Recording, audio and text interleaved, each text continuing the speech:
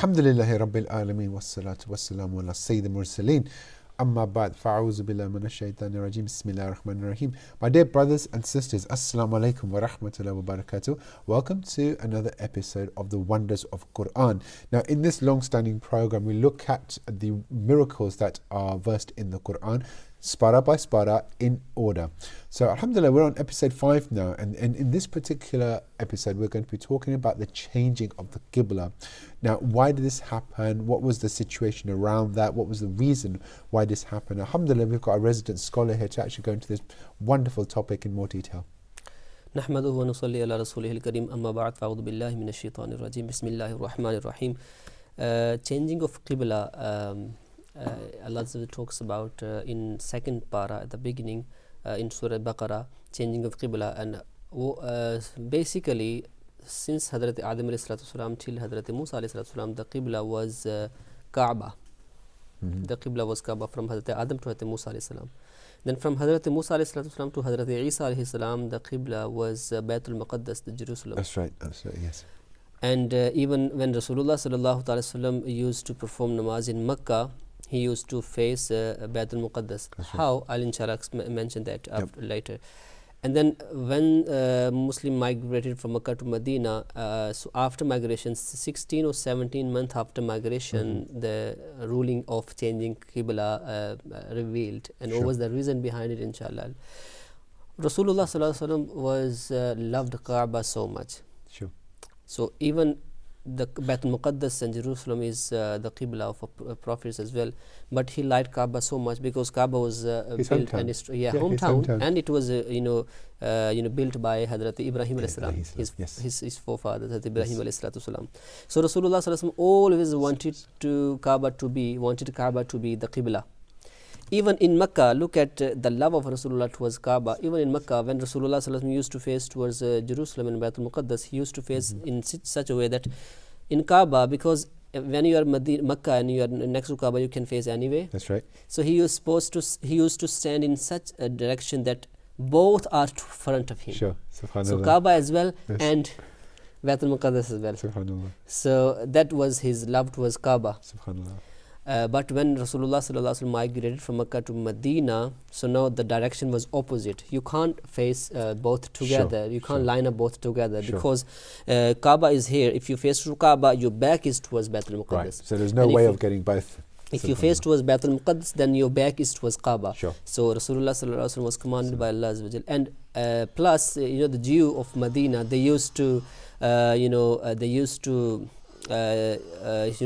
you can say, they used to say bad words, or what words you can use, they used to say, oh, you are against us, but you are facing towards our Qibla. Right. So not because of this reason Rasulullah ﷺ wanted Kaaba to be Qibla so much. So what happened? What was the reason? When Rasulullah ﷺ was in it used to hurt Rasulullah ﷺ a lot when he is facing Baytul Muqaddas and his back is towards Kaaba. So his back is towards Kaaba, it used to hurt him a lot. Sure. Allah Ta'ala always, Hazrat Aisha Siddiqa radiallahu ta'ala says that, Ya Rasulullah, I can see that Allah Ta'ala hasten in fulfilling your desire. Whatever you want, Allah Ta'ala hasten to fulfill it, fulfill your desire. As Rasulullah sallallahu alaihi wasallam was in the masjid of Banu Salama in Medina, and he was leading Zuhr Salah. And during Zuhr Salah, he was in second rakat, and he was sitting in at-tahiyat in second rakat. So he just thought that if only the Kaaba should become Qibla. His thought, and he looked towards sky. In the weight of, you can say, that the revolution comes down. Right. Okay. So Rasulullah sallallahu alaihi wasallam, he looked to the sky. Before I mention this story, I'll mention another story. Hazrat Musa alayhi salatu wasalam. Hazrat Musa alayhi salatu wasalam, when he spoke to Allah on the Mount of Tur, Allah Ta'ala gave him the a mission that go towards Pharaoh, and challenge him and invite him towards the oneness of Allah, invite him towards me. Musa ﷺ, he presented a list of his problem. He said, Ya Allah Azza wa Jal, inni akhafu an yukadhibun, I have fear that they will reject me. And wayadiqu sadri, and when sometime I'm in anger, so my chest becomes tight and I can't speak properly. Wala yantaliqu lisani, maybe my tongue doesn't speak properly. So please, as backup, send Harun with me. So he had problem, and he mentioned those problems to Allah. As Allah Ta'ala said, Kalla, you don't need to worry. You still need to go.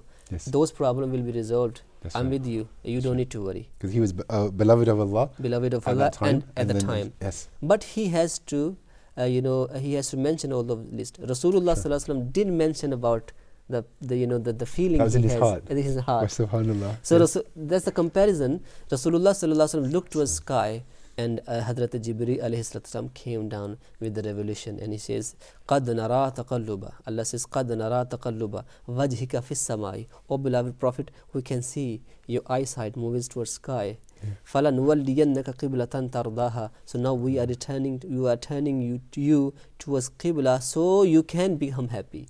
So you can become happy. So Yes. because of your happiness, we are changing Qibla. Yes. We are changing Qibla from Baitul Maqdis to Kaaba. Yeah. So even Allah Ta'ala did not wait for namaz to complete. Sure. Even in the middle of namaz, That's right. the revelation came down, and Subhanallah. Rasulullah Sallallahu Alaihi Wasallam, he completed his 2 rakat facing to Baitul Muqaddas, and opposite direction he moved to opposite direction, and he completed next 2 rakat facing toward Kaaba. And Sahaba, Subhanallah. they didn't even have this question or this confusion that why Rasulullah Sallallahu Alaihi Wasallam is They changing. just did it. Why? Because Yeah. Rasulullah done course, it. of There course, was their subhanallah. belief that whatever Rasulullah Sallallahu Alaihi Wasallam is doing, that is the deen. Of course. That becomes the part of Islam, Faith, because the yes. Rasulullah Sallallahu Alaihi Wasallam has done it. Of course.